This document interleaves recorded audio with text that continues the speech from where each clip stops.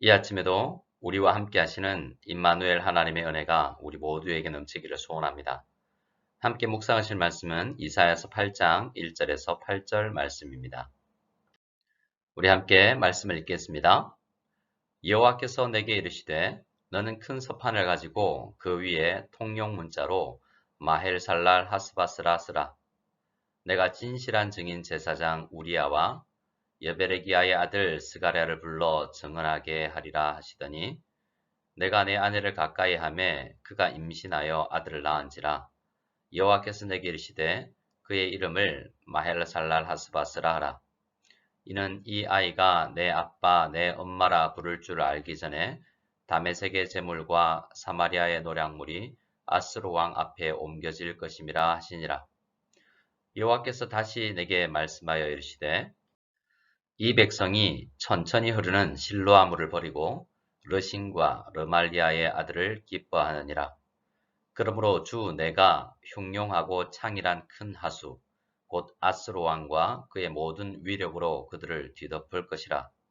그 모든 골짜기에 차고 모든 언덕에 넘쳐 흘러 유다에 들어와서 가득하여 목에까지 미치리라. 임마누엘이여 그가 펴는 날개가 내 땅에 가득하리라 하셨느니라. 아멘. 오늘 함께 묵상하실 말씀은 이사야서 8장의 말씀입니다. 우리는 다른 선지서에 비해서 분량이 많은 이사야서를 묵상하면서 길을 잃어버릴 수가 있습니다.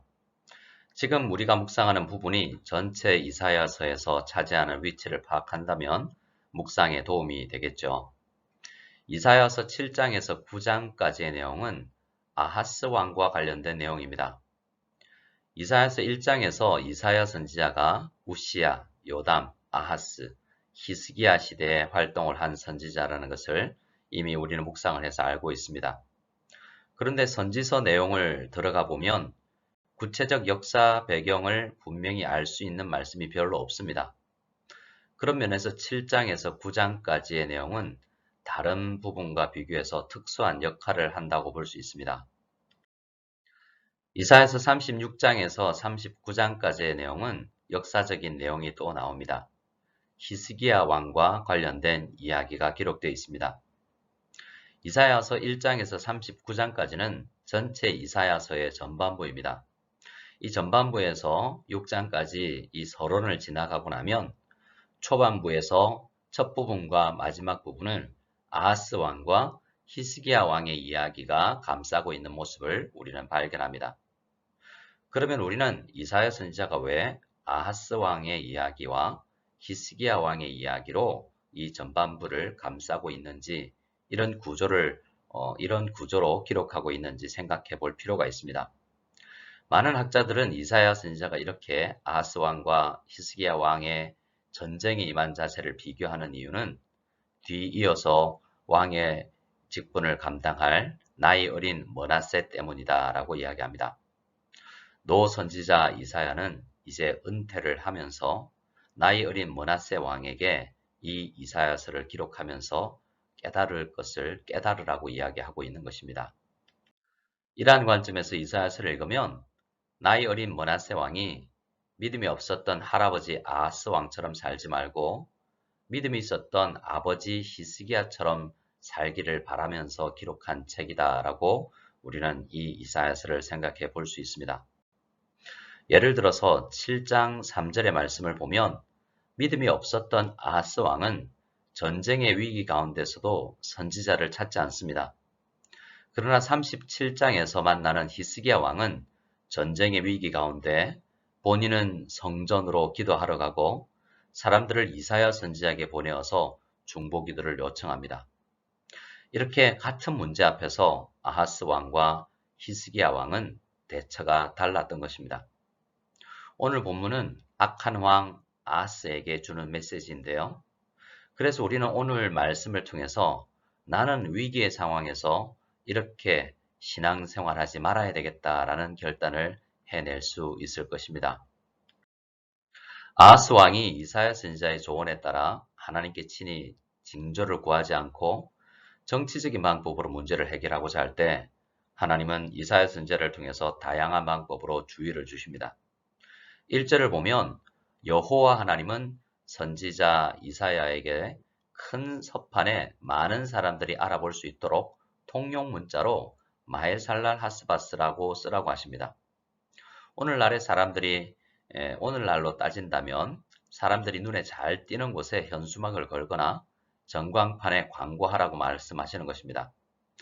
마헬살랄 하스바스라는 말의 뜻은 적군의 노략이 속히 올 것이다 라는 의미입니다. 하나님을 의지하지 않고 세상의 방법을 의지하면 오히려 세상이 우리를 보호해 주는 것이 아니라 우리를 침략해 들어올 것이라는 것을 알리는 말씀인 것입니다. 하나님은 이러한 경고를 주시면서 증인 둘을 세우라고 하시는데요. 나중에 다른 말을 하지 못하도록 그 위기 상황에서 하나님이 분명히 경고를 주셨다라는 것을 증거할 수 있는 증인을 세우라라는 말입니다. 사람들은 세상을 의지하다가 어려움을 겪을 때 언제 하나님께서 우리를 도우셨습니까? 혹은 언제 우리에게 경고를 주셨습니까? 라고 따지기 쉽다라는 것을 하나님은 알고 계시는 것입니다. 3절과 4절 말씀을 보면 이사야 선지자가 아들을 낳는데 그 아들의 이름을 마헬살랄 하스바스라고 지으라고 하십니다. 앞서 주신 그 현수막에 기록된 말과 같은 말이죠. 세상을 의지하면 성도가 의지한 그 세상이 오히려 우리를 침략해 들어올 것이라는 것을 다시 강조하시는 것입니다. 아들의 이름을 이렇게 경고의 의미로 부른다는 것은 이사야 선지자의 가정에 있어서는 쉽지 않은 일이지만 때로 하나님은 사역자들에게 불편을 감수하고서라도 성도들에게 경고를 주는 사역을 하라고 하십니다. 특히 3절에서 아내를 가까이 하매라고 할 때 아내라는 말은 원어로 여자 선지자라는 말입니다. 아마도 이사야 선지자의 아내도 하나님의 말씀을 전하는 일을 했던 것 같습니다. 그래서 이사야 선지자의 가족은 모두 하나님 나라의 사역에 쓰임을 받았다는 것입니다. 지금 교회 안에서 하나님 나라의 쓰임을 받으면서 때로는 힘겹고 부부가 함께 애쓰고 있는 우리 성도님들이 많이 계신데요. 우리 성도님들도 때로는 힘들지만 하나님 나라에 쓰임 받는다는 이 자긍심과 긍지를 가지시고 사역에 임하시는 우리 모두가 되었으면 좋겠습니다. 선지자가 아들의 이름을 부를 때 그리고 그 지역에 같이 살던 유다 사람들이 그 아이의 이름을 부를 때 계속해서 하나님의 경고의 말씀을 인지할 수 있도록 하신 것입니다. 그리고 4절 말씀에 의하면 하나님의 심판이 1, 2년이 채 남지 않았음을 알 수 있습니다. 왜냐하면 이 아들이 엄마, 아빠라는 말을 하기 전에 이 심판이 임할 것을 이야기하고 계시기 때문입니다. 5절에서 8절까지는 당시 아하스 왕과 남유다의 백성들이 의지했던 강대국 아수르와 의지하지 않았던 하나님의 능력과 보호하심을 물의 이미지로 설명을 하십니다. 6절 말씀을 보면 아하스 왕이 천천히 흐르는 실로아 물을 버렸다라고 말씀하시죠. 실로아 물은 기혼샘의 물이 흘러나와서 유다 백성들이 마시던 물입니다. 이것은 다윗 왕에게 준 약속을 변함없이 지키고 계시는 하나님을 그 하나님의 변함없음을 알리는 역할을 합니다. 다윗의 아들 솔로몬이 바로 이곳에서 왕으로 등극했는데요. 다윗에게 영원한 왕권을 약속하신 하나님께서 다윗의 후손 솔로몬을 통해서 지속적으로 통치를 이어가셨고 또 그 후손들을 통해서 지속적으로 보호하심을 상징하는 것입니다.